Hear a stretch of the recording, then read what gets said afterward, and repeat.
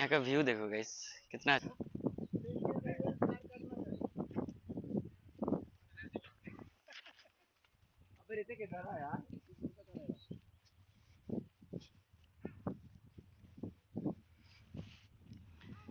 ये जो प्लेस है थोड़ा डिस्टेंस में तो है ऋषिकेश से, बट थोड़ा बिल्कुल चिल्ड प्लेस है बोल सकते हो आप लोग। कोई शोर शराबा कुछ नहीं है। आप अकेला आओ, ट्रैकिंग करो, वाटरफॉल में नहाओ, और गाइस देख सकते हो